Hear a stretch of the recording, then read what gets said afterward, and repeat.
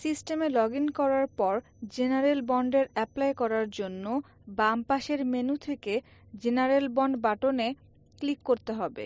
এখানে ক্লিক করার পর জেনারেল বন্ডের সার্চ পেজে সিস্টেম চলে যাবে। নতুন জেনারেল বন্ড অ্যাড করার জন্য অ্যাড জেনারেল বন্ডে ক্লিক করতে হবে। এখান থেকে বিন সিলেক্ট করে নিতে হবে।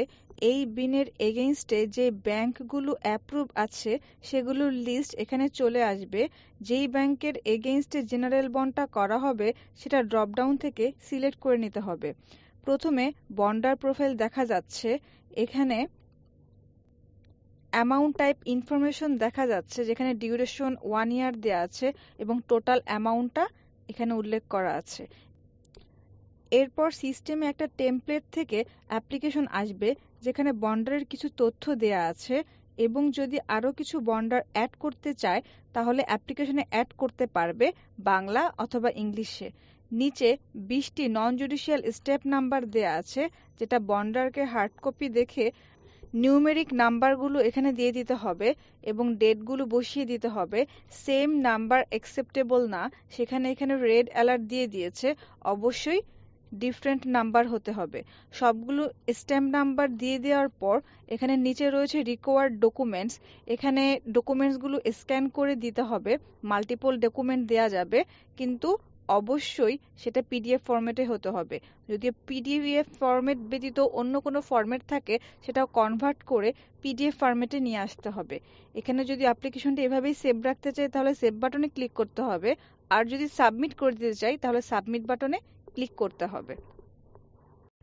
যদি সিস্টেমে জেনারেল বন্ডের রিনিউ বা টেম্পোরারি কোনো কিছুর জন্য আবেদন করতে হয়, সিস্টেমে ওই পার্টিকুলার অ্যাপ্লিকেশনের এগেইনস্টে রিনিউ বা টেম্পোরারি বাটন দেখা যাবে।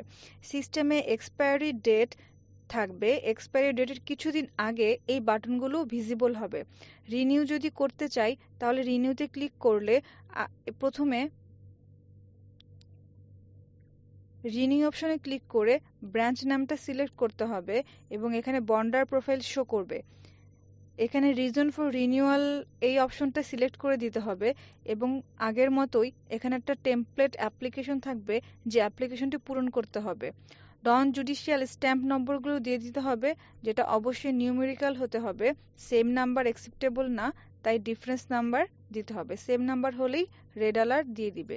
এখানে ডেটগুলো পূরণ করে দিতে হবে এবং নিচে রিকোয়ার্ড ডকুমেন্টসগুলো ফিল আপ করে দিতে হবে এবং সকল ডকুমেন্ট ফিল আপ করে দেওয়ার পর সেভ বাটনে ক্লিক করলেই ইনফরমেশনগুলো সেভ হয়ে যাবে, বা সব অ্যাকুরেটলি থাকলে সাবমিট বাটনে ক্লিক করলে ইনফরমেশনটি সাবমিট হয়ে যাবে। টেম্পোরারি জেনারেল বন্ডের জন্য টেম্পোরারি বাটনে ক্লিক করতে হবে। একইভাবে সম্পূর্ণ আবেদনটি সম্পন্ন করতে পারবে এবং অ্যাপ্রুভ জেনারেল বন্ড দেখার জন্য লেটার বাটনে ক্লিক করলে আমরা প্রুফ কপিটা দেখতে পারবো।